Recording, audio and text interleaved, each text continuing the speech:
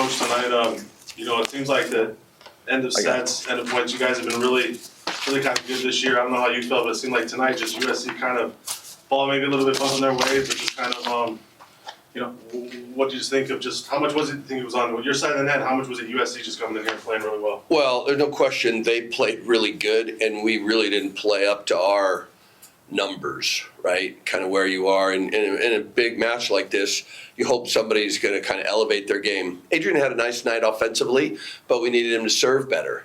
He was pretty tragic. He served better in the third set, and we win. Christian served really well. We need him to hit better. We need him to block better. I think we needed, Aleu to pass and receive a little better. We needed Tread to set a little better.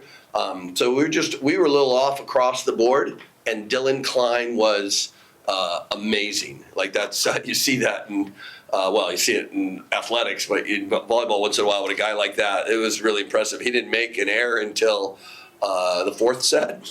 Yeah. For an outside hitter, he's he played unbelievable. That was they deserve all the credit, And you put that guy on almost any team with a performance like that, you're gonna have a pretty good shot to win. And he clearly was the difference in the match tonight. He ended every important rally, and they could set him. He probably scored more out of the back row than he did in the front row. He'd get in the back row, and we'd get him out of system, and we actually started getting the block on him, and he just blasting off it, through it, whatever. So got to tip your hat to them, and that's the way it goes sometimes. What's kind of the main thing you tell your team after a match like tonight? What I just told you. Okay, perfect. Thank you. Anybody else?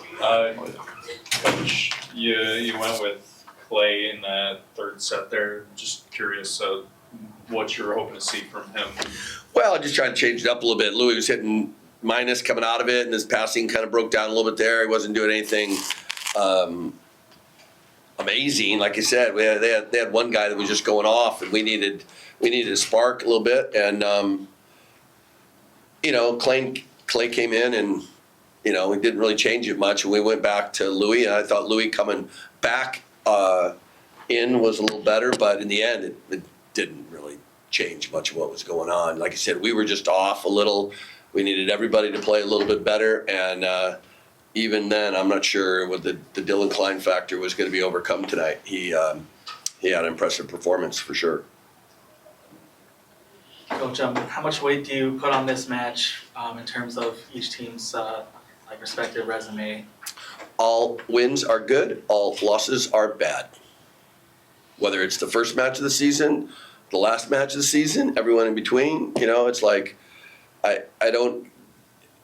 All of the talk of the at large through the whole year, the only time that's really going to be relevant almost is into the last part of the season, because there's so much volleyball to be played.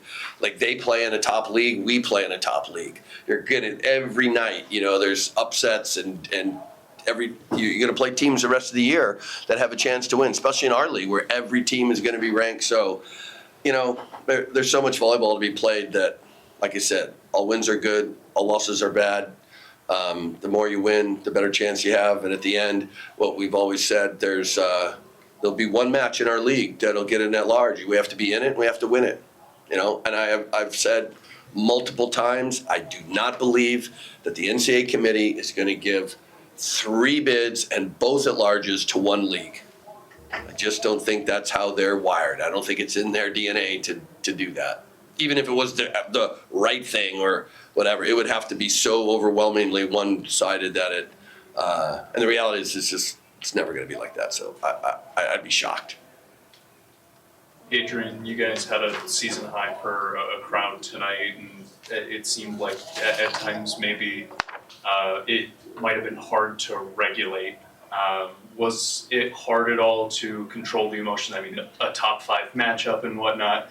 Were you guys a little extra juiced from the start? Yeah, I mean, we knew it was going to be crowded before the game, so I think everyone was ready for it. And I think we kind of let it slide. We should have used that as a strength more than we did. Yeah, we lost the game. Like everyone's sad, but like I'm also sad for everyone who come, like supporters. I think should have been better. Adrien, what was it like? You guys fought off a couple of match points at the end of set 3. Emotions seemed like they were very high in your favor. What was it like trying to carry that over to set 4? Because SC got off to a pretty quick start in that set. It's a good question. I don't know. I think emotions were like really high at the end of the third set, and I don't know. We kind of like dropped for the start of the set. Start slow, got like 3-4 points behind, like early in the set, and with how they play, like it was too hard tonight for us to take back this point.